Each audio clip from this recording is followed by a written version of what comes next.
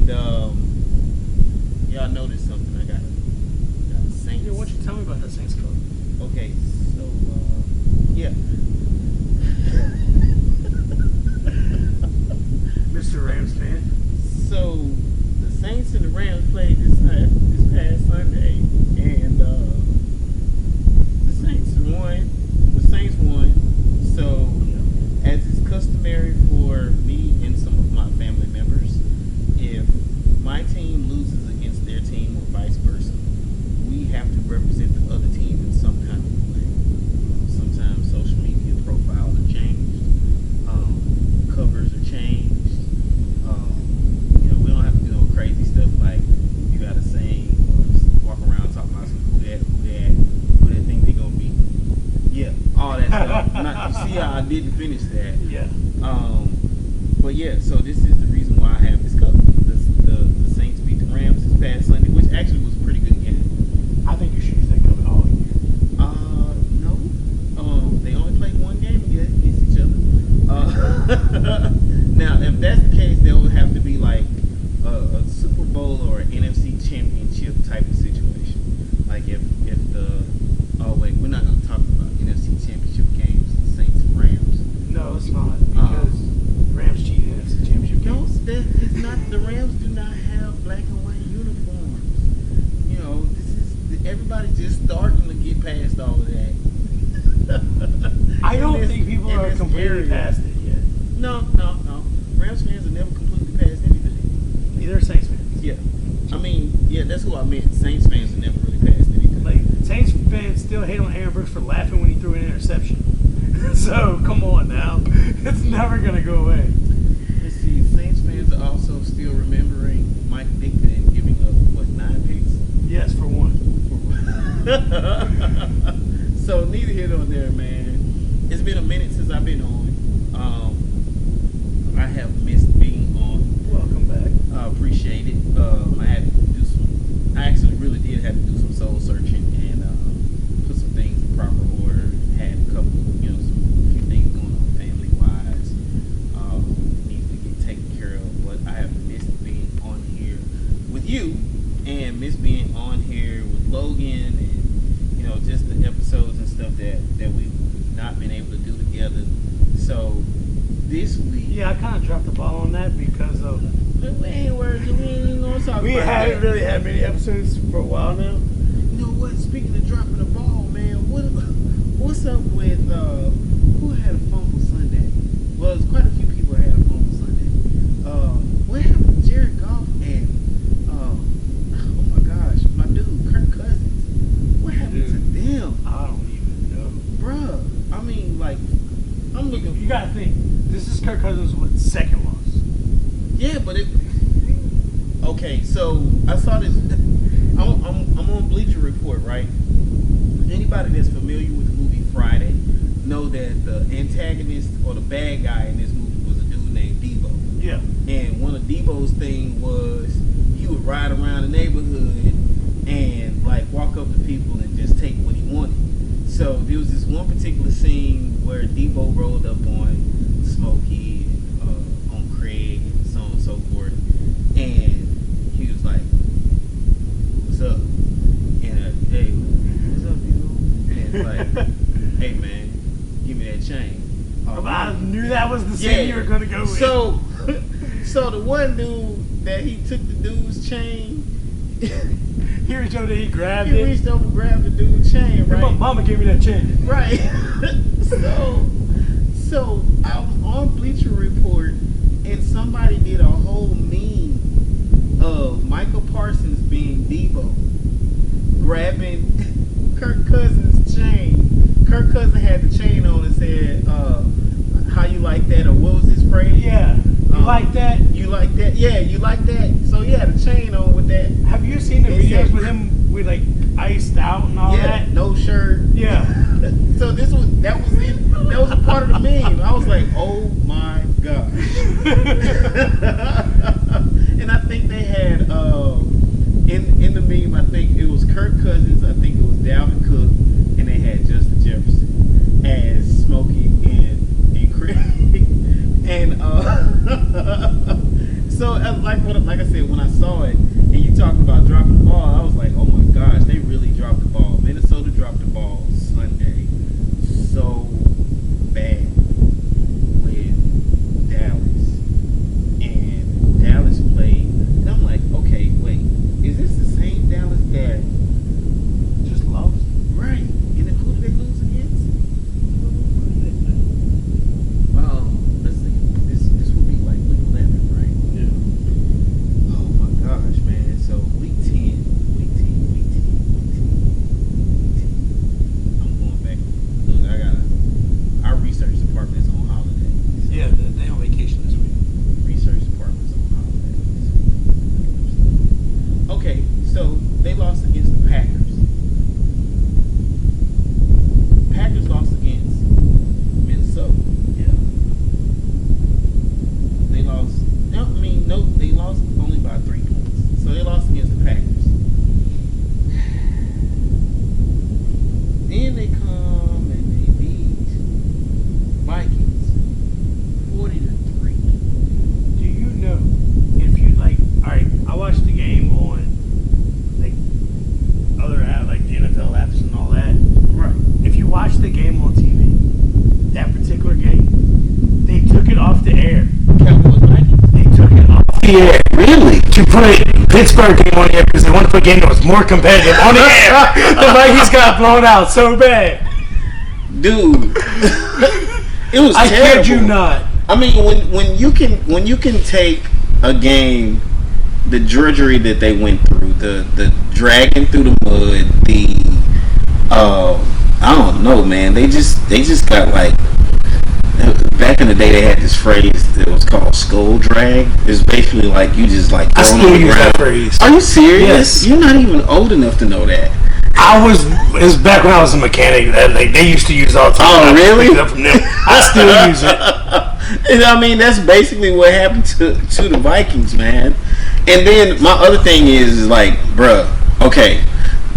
And I guess this is the part where you called it. We're talking about what we called either at the beginning of the season, prior to preseason, during. There's a lot of you called it. We got to cover. Yes. Right now. Like for real, the Jets, We called it.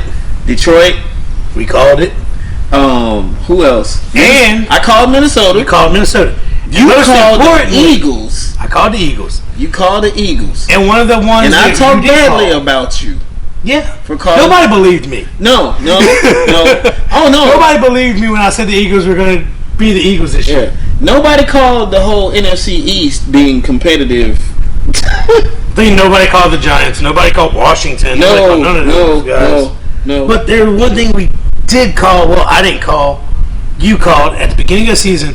We sat here and we had a conversation. I think it was after the uniform episode. Okay. It was me, you, Andy, Logan, Mike, everybody. Yeah. And I said, Aaron Rodgers makes superstars. And you said, no, he doesn't. No, he does not. And what has he done? He has not made a superstar not. this year. So that's another you called it. We got. He has blamed every wide receiver for their. And I'll tell you what, that bill hurts going down. Yeah. When I said that earlier this year. Bruh. And I mean, you look at. Okay, so we're talking about you called it, but we're going to talk about a few rookies too. We're going to hit impact. We're probably not going to go in order like we usually do. We're just going to be all over the place until we get to maybe our picks. Picks always be the last thing. But just looking at Aaron Rodgers and his slew of wide receivers, he's gone through Lazard. He's got Cobb back. He's gone through Dobbs. He's gone through, who else am I leaving out? Not Watson, but I think there's like maybe one or couple of them two were coming and going, like they were there. So, but who has he made great? None. Outside of blaming, like. And his biggest complaint is, I got rookie wide receiver, so I can't play. But and I'm going to use Devontae Adams as an example. Andy Dalton's got a rookie wide receiver. Now rookie wide receiver Andy Dalton has, he's balling out. Drake London's a rookie wide receiver. He's balling out. With Marcus Mariota at quarterback. Marcus Mariota, who is little homie half dead. So, at any given week, he's either going to keep his job or lose it. Like Desmond Ritter, I think they're like waiting for him to do something to cause him to lose that job. Desmond Ritter is sitting in the back on the bench, like I can just taste the start this week. And then next thing you know, Mariota just has like the game of his life. Every game's the game of his life this year. But Mariota's not made Drake London a star. No, Drake London is a star. Chris Olave is a star. He's a star. Because it doesn't matter what quarterback he's playing with or they're playing with, they've been doing their thing. You know, so Aaron Rodgers' biggest complaint is, I don't have any wide receivers. You got 2 rookie wide receivers that you can't get the ball to. So you go back and you look at Devontae Adams' numbers when he got drafted. I don't want to say this is year 5, 6. Yeah. So this is year 6. We're going to say it's year 6. So his first 2-3 seasons, he's averaging anywhere from 400 to 700 yards yards receiving for those first 3 years. He's a rookie, sophomore, we're going to call it junior year. So I think he really burst on the scene, as far as we know, the 3rd and 4th year, to the point of where it's like, oh man, Devontae Adams is the man. Devontae Adams is this person, because they got rid of Randall Cobb, they got rid of what's my Jordy Nelson. Yeah. It was gone, so on and so forth. So you got people that he's had on the team, and then and I'm not going to go all the way back when he started playing. I'm going to stay right here within that particular realm of when they had those those offensive pieces in place. Not going to talk about the running game. Just going to talk about those receivers. He threw who he trusted to do what he said do. And so I know some people are going like, well, if that's the case, did he really make stars? No, he didn't make stars. I still don't think that he made stars. I think that those particular people, everybody played within the system. Whereas Devontae Adams is taking him a moment, but he's starting to get his legs in Las Vegas, because everything is new in Las Vegas. Head coach is new, offensive coordinators new. They have a few new pieces and players and so on and so forth. They're too right now with Vegas. They're too new. Yeah, it's too new and too getting used to everything that they're like. They want to call it quits, and I don't think they're giving him a fair shot yet. But I know Vegas is and the Raiders are tired of being a losing franchise, but they weren't. I mean, they've been gradually getting better, and this has been a bad year for them. And it happens, but they've had unfortunately some bad administrative and political things that happen. Yeah, and I don't think you blame this bad season on the coach. You don't blame it on the players. You don't blame it on the office, the head office. It's just a molding situation. They have to get used to each other. They have to get better. What's the owner's name? Is it Mark Davis? Yeah. I think it's Mark Davis. Davis he came out in the news a couple of weeks ago, said that he has Josh McDaniels back. He's supporting his head coach. He should. And I think he should. First year. And that's the problem. Like, people want to win now. It's like, you don't give them the coach a chance. So you have 2 Coach McDaniels, right? You got McDaniel in Miami. I think that's his last name. Sure. Yeah. Don't quote me. So that situation is going on really well. But where did he come from? Did he come from San Francisco? Yeah. So he comes from San Francisco doing his thing. So he comes into a really good situation where even before the season started, they ended up getting Tyreek Hill. They already had Waddle in place. They already had who else? Oh man, they got a stable full of running backs. They're fantasy managers when it comes to that squad. Like, who do I start? Yeah. This week, do I start Mostert? The only thing that you know that you're going to start is start Tua, which was another one I called. I called Tua. That's about it. I called Tua, especially like when it came to drafts. We have we're in 3 leagues. You're in, or you're we're in 4? In 3 leagues. So we're in Welcome to the League, Fantasy League. We're in the Rushmore League. Yeah, and then check them out on YouTube and social media. And then we're in our Dynasty League. Bounty Gate. Yeah, Bounty Check Gate. us out on what's the platform we use? Can't say that. Can we? Yeah. Sleeper. Yeah, we're on the Sleeper platform. So and actually WTTL will be on Sleeper next year. Okay. So with that being said, we're not gonna say where it is now. Yeah. It's WTL our redraft league will be on Sleeper next year. Yeah. I just think that's like one of the it's the best platform. Coolest platforms ever. The updates, the stats. You hear that, Sleeper?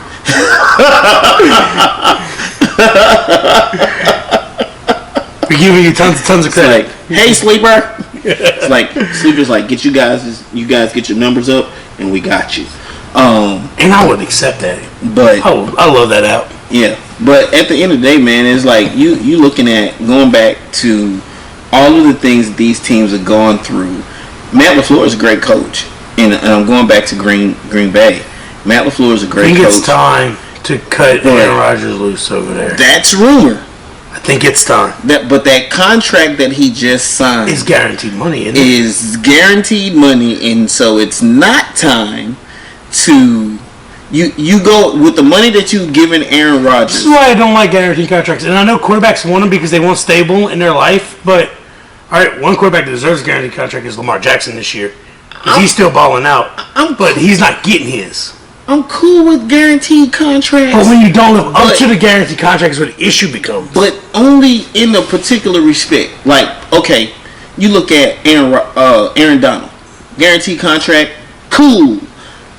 I'm going to give it because he still affects the game in a way to where, he still affects the game to where his teammates should be able to capitalize on his double teams. I'm looking at this game on Sunday, and Aaron Donald was double teamed almost the whole game. And Leonard Floyd is finally Leonard Floyd, I think, at this particular point of the year has 5 sacks. We're in week 11. Leonard Floyd just signed I think it was a $42 million, $45 million contract where I think like 35-8, something like that, was fully guaranteed. It was guaranteed money. So he has that, and he has underperformed his contract. Yeah. With having Aaron Donald where he is. And if you have an interior lineman, which is going to take me into something else, and you tell me what you think. When you have an interior lineman that commands that much respect and attention, shouldn't it open it up for other teams? I mean, for other players, teammates? Yeah. That's across your front seven? It should. It should. So that either says it's something wrong with the rest of the players or something wrong with the defensive scheme that those players are trying to execute. Or it could be a combination of the two. It might be a combination of the two. I think it's because outside of Aaron Donald, you don't have another threat at lineman now. Not this year. No. Same thing with the Saints. I'm glad you said that. Outside of Cameron Jordan, the Saints do not have another threat at lineman this year. No, but I saw... It's our linebackers that are getting the pressure. Who was your... You have a linebacker that plays Sunday, Davis, I think his name is, number 55. That dude is a wrecking ball. And that dude deserves to get paid. And I think he is... No, I think he's a rookie. No, Demario Davis is no. Demario Davis is not a rookie? No. How long has he been playing? He's been playing for a while. Seriously? I forgot where he was at before that. Okay, so let's look up Demario Davis. Demario Davis. He really got a big name when he hit New Orleans, though, because he is a one-man wrecking crew. Is it Demario Davis? No. So the one you're thinking of? No. Demario Davis is 56. No, this is number 55 for the Saints. That's Vegeta's old number. Man, I used to love Scott Vegeta, man. Let's see. Can't really remember that. You got to think we're going to I know that number for a reason.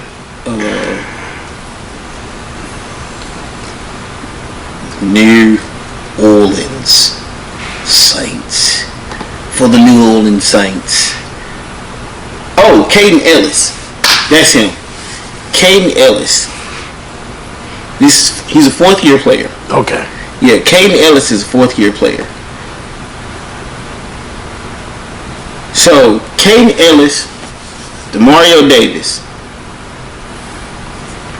Caden Ellis. I've never said the Saints linebacker was the issue. No, I'm just saying Caden Ellis, Demario Davis. Then you put Cam Jordan on the front back because he was hurt this past game, which was a good thing for us.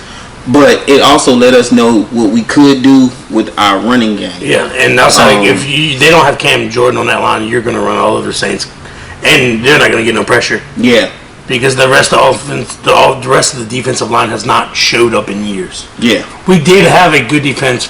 We had a better defensive line last year than we did this year, but we had Trey Henderson last year who could get to the quarterback because Cam Jordan demanded so much attention. Yeah. So I'm looking at Demario Davis and I'm looking at Caden Ellis from Sunday and just, knowing that they have a good opportunity. But they were doing well without Cam Jordan on the field. They were doing well without Marshawn Lattimore in the secondary. You see what I'm saying? So there was no situation of where you had to have Cam up front, and it was like they were compliments. Rams situation is different, where you have like somebody like an Aaron Donald that's across your front line, which brings me to something else. And we talking right now. We're off of Aaron. What's that dude's name? Aaron Rodgers. We're not talking about Aaron Rodgers right now. We're not talking about him. Yeah. He don't more make along stars. the other. Yeah. I told you we were going to be all over the place. He doesn't make stars. He doesn't make stars. So long story short, and then we're going to move to our impact rookies. For the Saints, I think the Saints going into the rest of this season and going into next year. I don't know about. All right, everybody, we are back. So a couple of things that we didn't hit on real quick. Just hit on these real quick. Not going to stay on them long. Is fire around. Boom, boom, fire around. One, A, or yes or no. You glad Cooper Kupp is injured because... No. Okay. I'm going to say yes. And your no is based off of fantasy more than anything. Actually, I don't have Cooper Kupp no more. I got rid of him. I feel bad for everybody who has Cooper Kupp. Okay. For me... I got rid of him. I only had him in one league. I got rid of him in one league. Yeah, I still have him on IR on mine because I'm like, you know what? I might as well go ahead and cut him because I really don't need him on there because by the time playoffs hit and all this other stuff, if I'm still that deep in, I might be able to go back and pick him up. But so why yes? So my yes is on the scale of the NFL from the standpoint of the NFL. I like that Matthew Stafford is in a place to where A, he doesn't have him as a security blanket. B, that makes him have to look at all his other weapons, which are really good. Which is going to make him actually show dollars that he is a good quarterback. Right. Even more so that he is a good quarterback. And then even with his injury, possible concussion for this week, the Rams get to see who they have behind him. We saw, not this past Sunday, but last week, John Wolford is not the answer. And then this week, we got to see Bryce Perkins come in behind him. So I like it in the respect that it's causing Sean McVay to have to evolve. Actually, game plan. Yes. Actually, instead of being like, Cooper Kupp's down there somewhere. Right, find Coop. Like for real, the playbook is called Find Coop. Yeah. And now you can't find Coop. You have to find Allen. You got to find Jefferson. You got to figure out how to put Atwell in. You got to figure out how to fit Kyron Williams in. Which, that brings us to our segue into rookies. So Kyron Williams makes his debut. He makes his season debut. His season debut. And now he doesn't have Darrell Henderson on the squad. Man. So, what's the split with Cam Akers going to be? Okay, so I'm looking at this Saints game Sunday. And I see something that I've not seen all year. You have a running back that is able to smash through defensive lines, which he can do. And this is Kyron Williams, not Cam Akers. But I also saw it from Cam Akers. I actually saw Cam Akers juke. Yeah, you were telling me earlier. Cam Akers learned how to juke. He learned how to juke over the course of that time that Sean didn't let him play. And I just think it just opens up, again, it opens up the opportunity for Kyron Williams to be the back, the change of pace back that they need. He's literally a north and south runner. He's not a tall guy, which you really don't need a tall guy. Yeah. You don't need King Henry size you need a bowling ball. You know, shoot, man.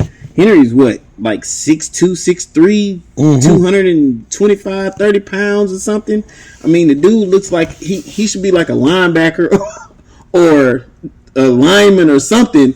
Yeah, so, as a running back. But so you're saying Kyron Williams is probably going to get 50% of the carries? I think the carries are going to be 50-50. Okay. The other reason why I know that Henderson was dropped, this was his last year of his rookie deal. So he's going to be... He's going to be picked up off of waivers by somebody and play ball. I think he'll be picked up off waivers by Friday. I can think of one team that could really use him right now. Yeah. And that's the New Orleans Saints. We need a second running back. Yeah. Atlanta Falcons. I thought Tyler Algier was going to be the... Yeah, I thought Tyler Algier was going to be that dude. He's not. He is so inconsistent right now. And again, that could be gameplay. I don't know. Yeah. But when you got Cordero Patterson that you're playing behind who ran 103 yards with a punt return, a kickoff return this past Sunday, isn't he supposed to be an old guy? Yeah, and he's supposed to be like a wide receiver was like done. Did you see him run between two defenders? He ran right in between. I will not praise the Falcon on this show. I'm not saying praising the Falcon. We're gonna praise Jesus, but we're gonna give some props to Cordero Patterson. He's the man. Rookies. We talk about rookies, but Cordero Patterson did his thing on that 103-yarder. I'm just saying, man. Well, he's always been really good. Honorable mention to Tutu Atwell on his first touchdown for, I think it was 62 or 67 yards. Yeah, he burned the whole defense. That dude is so fast. Goodness gracious. He is so fast. Look for him to be a huge factor this week. Yes, look for him to be a huge factor because they got to figure out how to fit him in. Yeah. But Kyron Williams, I think, is going to be a difference maker. The next person is someone you mentioned. That's going to be a difference maker. Well, no, we both mentioned all three of these guys. The next one is Christian Watson. We talked about Christian Watson earlier. Yeah, and we've been waiting for Christian Watson to have his coming out party. Yeah, and he had it this week. I'm coming out. Yeah, and he has actually showed that he is the better of the two rookie wide receivers. Out between him and Dobbs. Yes. Yeah, without a doubt. And Dobbs is injured right now, so he can't come in. But I think when Dobbs comes back and you have them both, you might actually have a pretty good. I think a pretty good combo there. They have a good making of a good wide receiver core between Dobbs, Watson, and Lazard. Yeah, you put Cobb and you take Cobb and Lazard and keep them change them with the slot, and then you run the other two guys on the edge. Is your 1 and 2? Yeah, they're your 1 and 2. And I think when Green Bay gets that, they might actually do better. Yeah. It won't be Aaron Rodgers that made them stars. I have to throw that little stuff right in there one more time. Christian Watson has come in and just shown that he is a star with some of the catches and stuff that he's been making. The dude has 5 touchdowns. Romeo Dobbs had a good couple games before he got injured. 5 touchdowns in 2 weeks. I think it's 5 touchdowns in 2 weeks, man. Yeah. Shoot, 5 touchdowns in 3 weeks. Either way, the dude is, either way, dude. He's handling his business. So, the next person that we have is Detroit Lions' Jameson Williams. Which will be making his season debut. Injured reserve since the season started because I think it was an Achilles tear from college. But he still got drafted by the Detroit Lions. And he has been placed on the active roster. Well, he's been placed to come back from IR so that he can, or the PUP list, either way. Yeah. He's been placed to come back sometime within the next 3 to 4 weeks. And I think that it's a possibility that he practices this week. Hopefully it's not too late to help Detroit. I don't think so. I don't think Detroit's making the playoffs this year anyway. Yeah. But they can play they can play spoiler. I don't know. They might. They don't beat two. They beat two teams. Because last team that they beat? Let's go back to this past week's schedule. They beat the Giants, if I'm not mistaken. Yep. And the week before they beat whatchamacallit. They beat the Giants 31-18, and week before you said they beat the Bears 31-1. So, I mean, the Lions are not bad. The defense is getting better. Defensive coordinator and the defense are actually figuring things out. And that's just like with Washington. The defense is actually getting better and trying to figure things out. But so like you said though, how late in the season is it? And something else that you brought up before. How is Jameson Williams going to affect St. Brown? Amon-Ra St. Brown. So what are you thinking on that? Depending on when he makes his season debut, I don't think he affects St. Brown because I think Amon-Ra St. Brown is got the tools to be a number one. Yeah, I think I'm saying he is the number one. Yeah.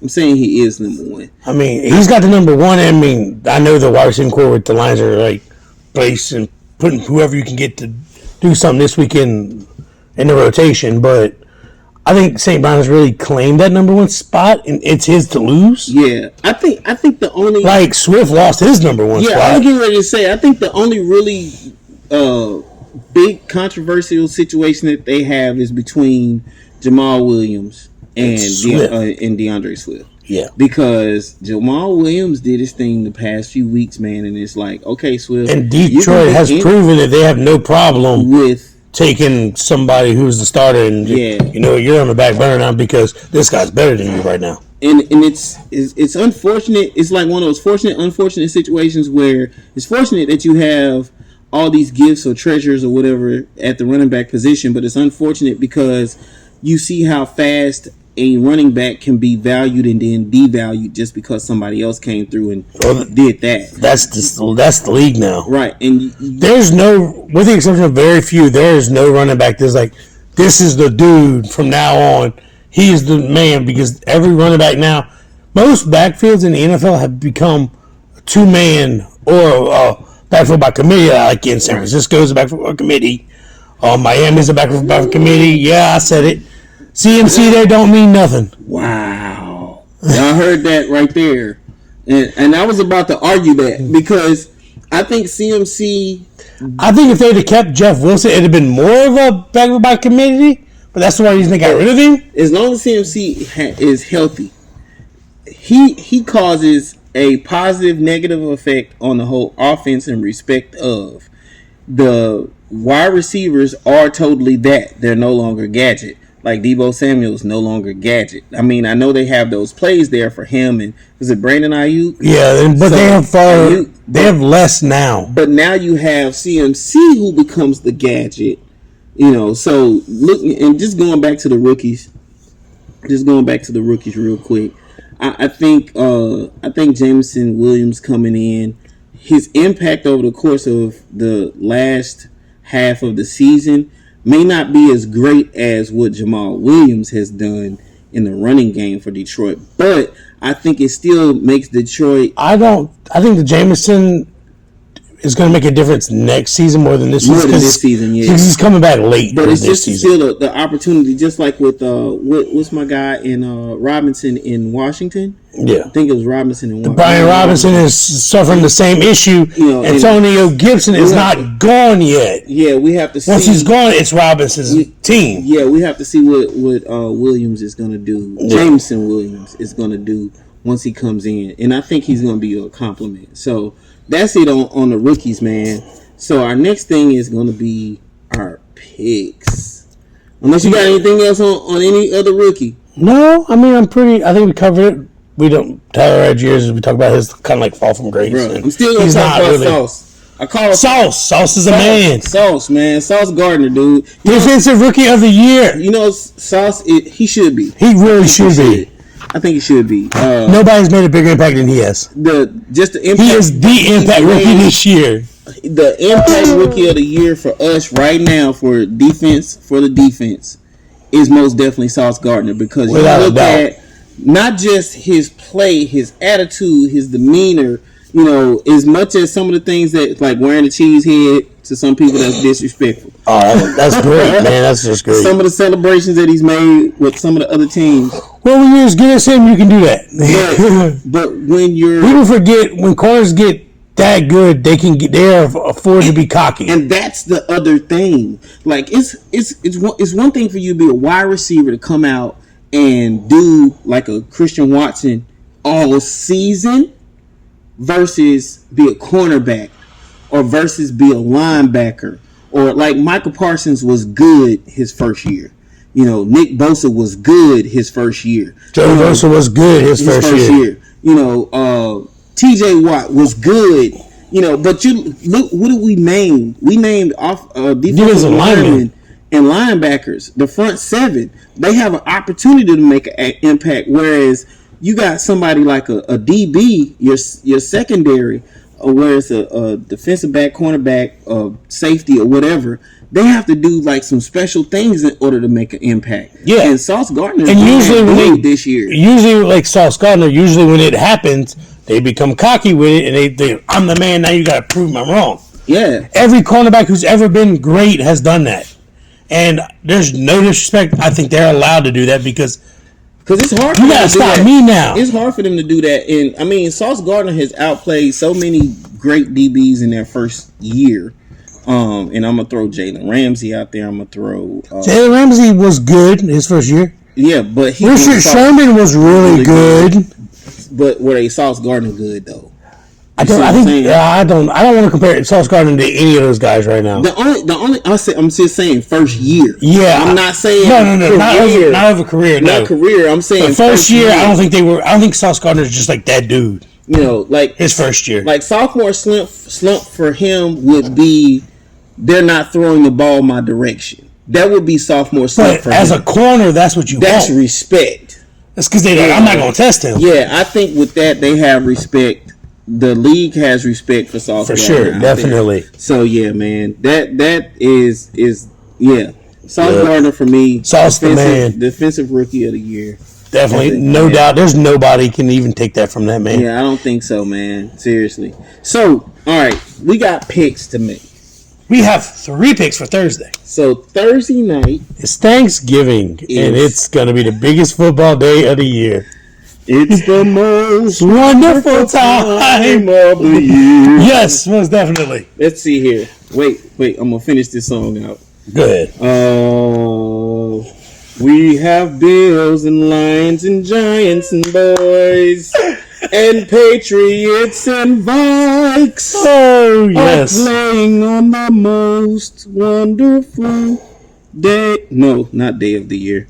It's just a wonderful day for football. It's just a wonderful day for football. Yes. Okay, right. Looking at these 3 games, we're going to start with Thanksgiving first. Oh, man. There only one to me is easy to pick. And it's not easy. It's Patriots Vikings? Yes. Yeah, that's an easier one to pick. That's easier of the 3. And I'm taking the Vikings, of course. You are taking the Vikings? They got to bounce back from that embarrassing loss to the Cowboys. They're going to destroy the Patriots. Vikings. Oh, the Vikings. They were embarrassed. All right, so... all right, so you know me. I know it doesn't show in here often, but I'm kind of a stats guy. Yeah. All right, so we're looking at New England. New England gives up the 4th fewest yards, only behind Denver, which is crazy, Philly, and Dallas in passing. Yeah, but has New England really played that team that has it's like the Vikings this year? Still, doesn't make any difference. It's just what they give up. Now, the past 3 weeks, last 3 games, they've given up an average of 141 yards. So it might be more of a defensive game than I thought it was going to be. 141 yards. And the Vikings, who just lost to Dallas in the last 3 games is averaging only giving up 149 yards a game. So they're off 8 yards fewer. So now that is still based off the competition that they've played. But I don't know, man. I think off the strength of complete offense, I have to edge out and give it to the Vikings.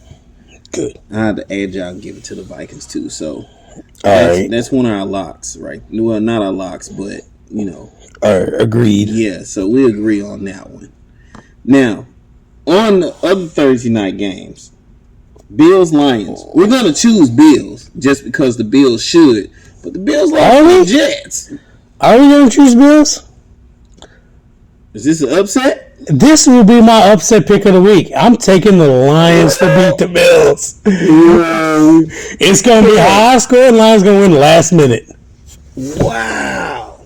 I mean, bruh, the Bills. The Bills. Man. Wow. I'm starting to lose faith in the Bills. Wow. I'm taking the Lions as my upset. Like, it's my upset, and that's the one I'm taking for this pick. All right, Lions is upset. Yes. Okay. I picked the Lions. Out of Giants, the comments are going to kill me for that pick, but out of Giants Cowboys, the Cowboys should win this game the way. You know what? You're taking the Bills. Right? Oh, okay. So yeah, I'm taking the Bills. I'm gonna take the Bills in this. All right.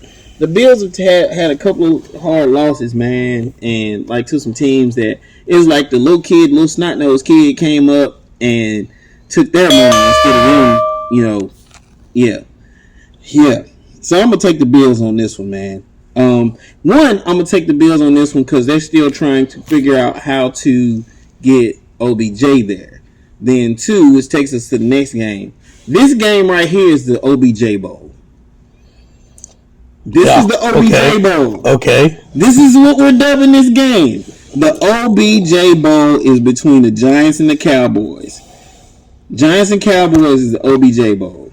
Whoever is the better of these two teams, it'll probably end up being where he goes.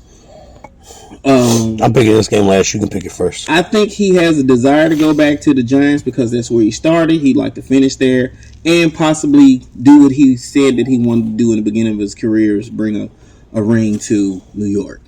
Now, with that being said, I'm going to go Cowboys in this game just because of the defense. Yeah. Not even because of last week's game or this past Sunday's game with the Vikings. I'm just going with it because it's just more. There's a lot of question marks. Yeah, with New York's offense. You got Galladay that still hadn't been playing. You got Robinson that just went on. You just lost your rookie wide receiver. You still got Saquon, but how much longer can Saquon play at the elite level he's playing at? Can he still do that through the rest of the season? Yeah. Coming off of a major injury. Is it going to be too much? And you're going to lean on him more now because you don't have your number one wide receiver. Right. So does Daniel Jones stay in a good mental place because he doesn't have the weapons? Because once Daniel Jones loses his confidence. Bad. Yeah. He's going to, So I'm going Cowboys on that one. I agree. Cowboys. So we got a plethora of games on Sunday. We're going to go to the Sunday night game. Sunday nights. Is it Sunday night or nights? Sunday night. Sunday night game. The Sunday night. Sunday night game. This might very well be game. Well, I wouldn't call this game of the week. It's going to be interesting.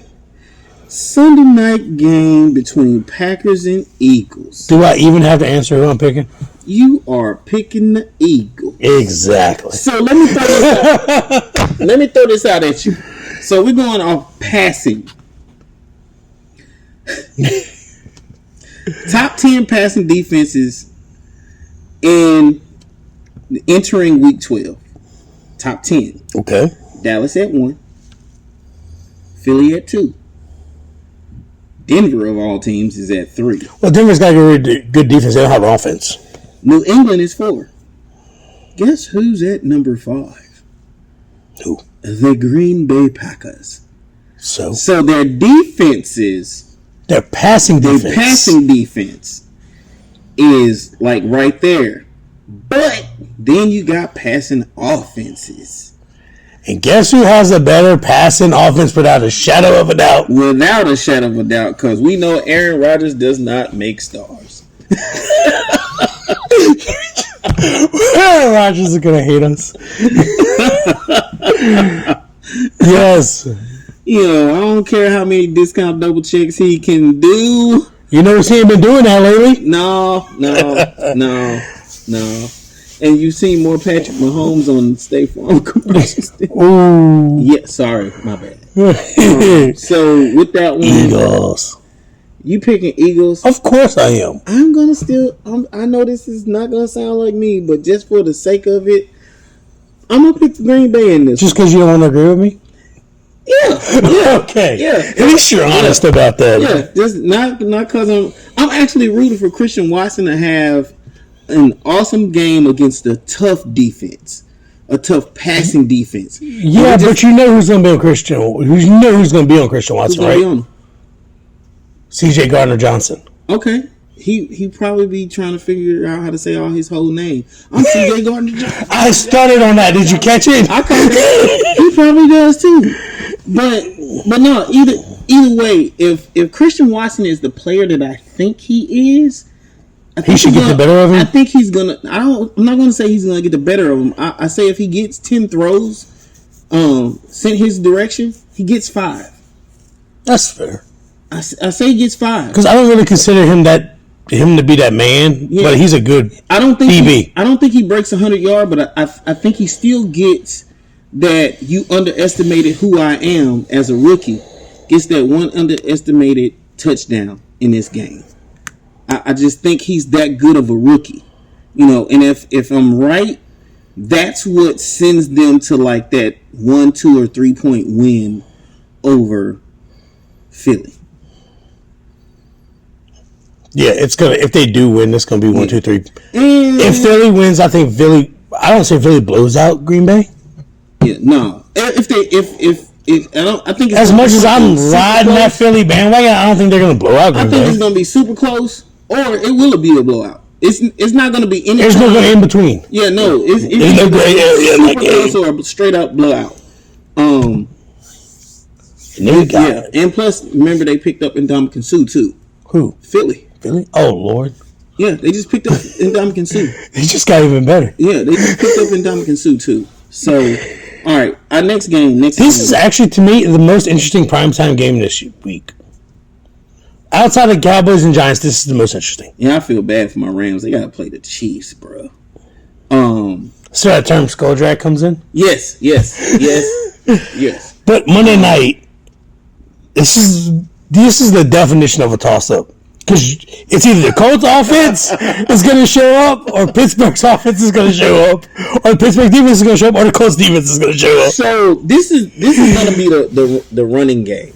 This is going to be. I do think so. I think Najee Harris and Jonathan Taylor run the ball a lot. What's their other running back? This is going to be running back by committee to wear down the Colts, because the Colts have shown that their defense can show up when they want.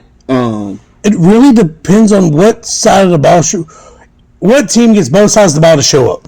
And passing defense, number 7, is the Indianapolis Colts.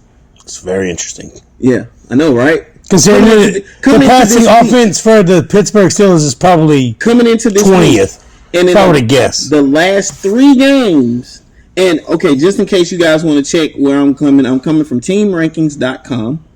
That's the that's where I'm getting my stats from, teamrankings.com. So the last 3 games, they've been averaging 179 yards, 179.3 yards allowed.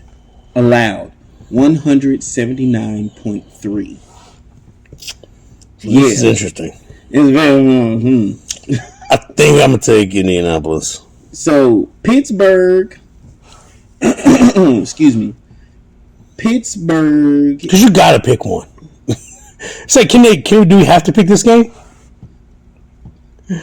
Pittsburgh is dead last in passing offense. In passing offense allowed. I take Indy. Oh man! I take the Colts. Yeah. And Jeff Saturday. Come on. You know what? So here I am again, though. Mm-hmm. Here I am again. This is going to be the running game. All right. So we got a couple more minutes before we're done. Yeah, we still got to pick locks, and you have to pick an upset. Okay. So my upset game. Let me go with my upset game for this week. My upset game for this week is going to be... You got to pick this game, too. Oh, this game, I'm going to go with the Steelers. Okay. Yeah, I'm going Steelers with this one. Just because of the run game. They have it better. Time of possession. Yeah. Time of possession. Steelers can make really long drives. Because Deion Jackson can do his thing, But are you going to really take Jonathan Taylor off the field? Yeah. No. You're not going to take him off. No. Pittman Jr. is going to be who he is. I mean, they got their quarterback back, so it is what it is. But my upset game of the week is going to be Saints over the 49ers. I'm going to roll all the way with this. Saints over 49ers. I'm picking the Saints to beat the 49ers. And 49ers. If I didn't already pick my upset, that was the second one I was looking at. Yeah, I'm looking at Saints 49ers. All the other games, those teams of I could have picked Browns over Bucks, but that's not really an upset. Could have picked, can't really pick Jets over Bears or Titans over Bengals. Can't really pick Broncos over Panthers. I mean, the upset game would most definitely be Texans over Dolphins, but we know that's not going to happen. They're trying to plunge anyway so they can keep that first pick. I'm not winning so I can give up my first pick when I know my season is already done. Why? Yeah. So I look for any Dolphin fantasy player to start everybody. If you got the Dolphins on your team, start them. Start them, dude. I mean, Giants Cowboys have too much to play for, division and OBJ. Yeah. So my upset game of the week is Saints over 49ers. It's a good one. What's your lock? Yeah, my lock game for the week, game that should not be lost, should not lose this game, is Chiefs over Rams. I agree with you. Chiefs over Rams is a lock. It could very well be the upset of the week, but it should be a lock. Yeah. Chiefs I agree. Chiefs, Rams, Chiefs win. So look, we only got a couple of seconds. Dude, those are our picks. Those are our people. And this has been super, super fun. So with that being said, my name's Ezra. I'm Beanie. And this is Welcome to the League and Deuces. Happy Thanksgiving. Happy Thanksgiving.